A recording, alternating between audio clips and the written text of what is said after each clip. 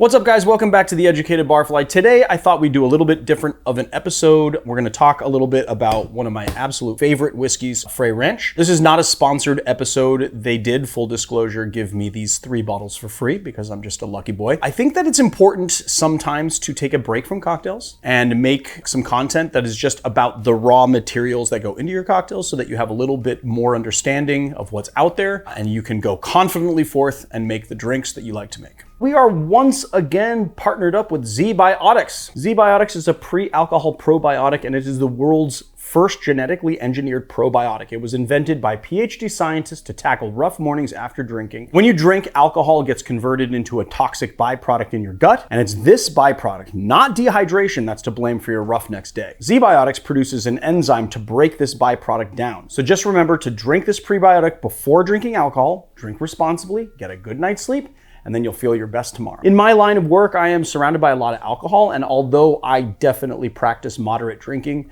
I am also getting to that age where even moderate drinking can provide me with a morning that leaves much to be desired. So using ZBiotics has been a godsend. I just take one before I drink, then the next day I can get up and shoot a full day of content and feel 100% fine. ZBiotics is backed with a 100% money back guarantee, so if you're unsatisfied for any reason, they'll refund your money, no questions asked. And all you gotta do is go to zbiotics.com/educatedbarfly or scan the QR code on the screen right now to get 15% off your first order when you use Educated Barfly at checkout. You can also sign up for a subscription using my code so you can stay prepared no matter the time or occasion. Thanks to ZBiotics for partnering with us on this episode and your good times.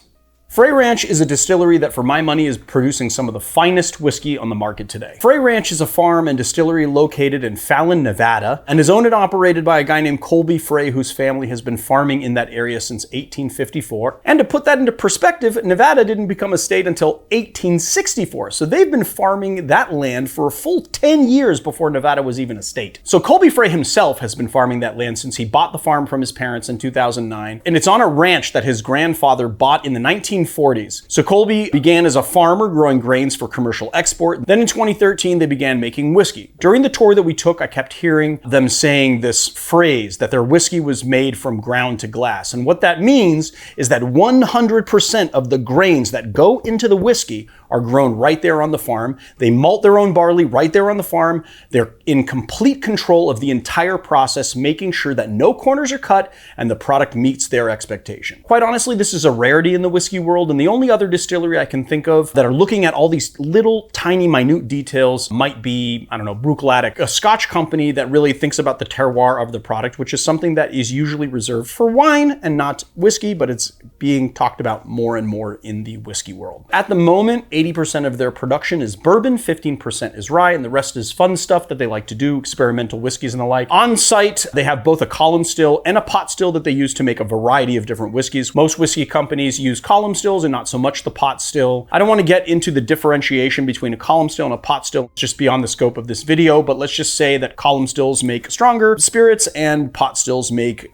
more flavorful spirits. In my opinion, this is the whiskey distillery to watch. They're focused not only on making high quality whiskey and pushing the category of American whiskey forward in a positive way, but also fine-tuning their farming practices to make better and better whiskey over time. But just like having all of these variables under their control changes the landscape of whiskey altogether, and it makes it more sustainable. Not all distilleries can do this given the manpower, the space, and just the sheer cost involved in making whiskey on an estate like this. But you know what? I'm glad that we have these products available, and I hope that more whiskey distilleries follow suit. So I've got a couple of products here that my good friend and Frey Ranch ambassador Kyle sent me. Let's talk a little bit about each bottle and give them a taste, yeah? So the first whiskey up is the straight bourbon, which comes in at 90 proof or 45% ABV. It is non-chill filtered and it has a mash bill of 66% corn, 11.4% winter rye, and 12% two-row barley. Let's pour it out. Let's give it a smell and a taste.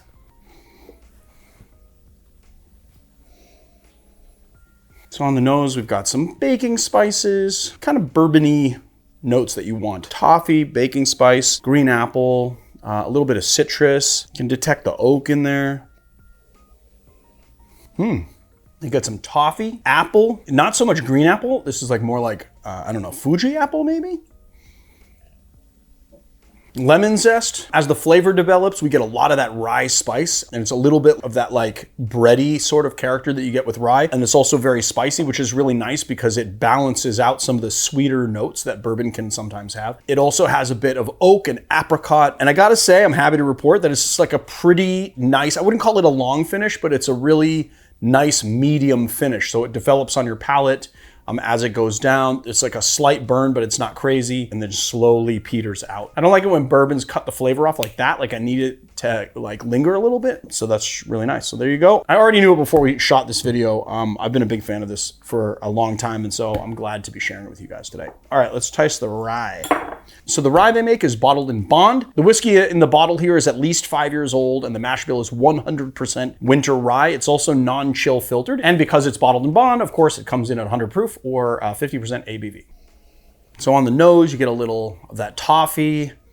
What's kind of crazy is that I detect almost like a salinity, like to it, like salt, and then also kind of umami-ish.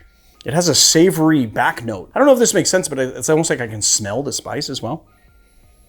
And then it has that sort of bready, I say yeasty, and that usually turns people off as a descriptor for whiskey. And it doesn't sound great when you say yeasty, but there is a bready sort of yeasty thing to rye whiskeys, and it's a flavor that I love. Even though bourbon was my entrance into this world when I was young and just learning about whiskey, I learned to really love rye. I don't know if I love it more than bourbon, because I really do love bourbon, but I do love rye a lot, more than a lot of people. All right, let's taste it.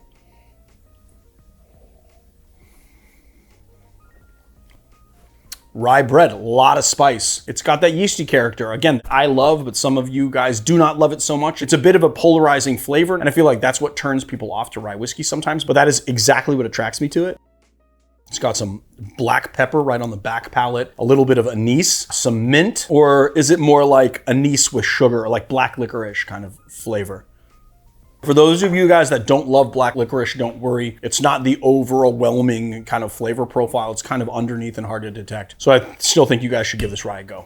The whiskey developed nicely on your palate. It's actually a little bit longer of a finish. It's a little hotter, but it's not overly hot. And it's just got a nice progression on your palate as you sip and swallow. So the last bottle we're gonna be tasting today is the Farm Strength Bourbon. I love that they call it farm strength, as opposed to like barrel strength or something. It's the same exact mash bill as the flagship bourbon, but it's bottled at 124.3 proof. What more could you possibly ask for in a whiskey? 100 proof and overproof whiskeys are my wheelhouse. I love them so much. I can almost not drink 80 proof whiskeys at this point in my life. It needs to be a little heftier.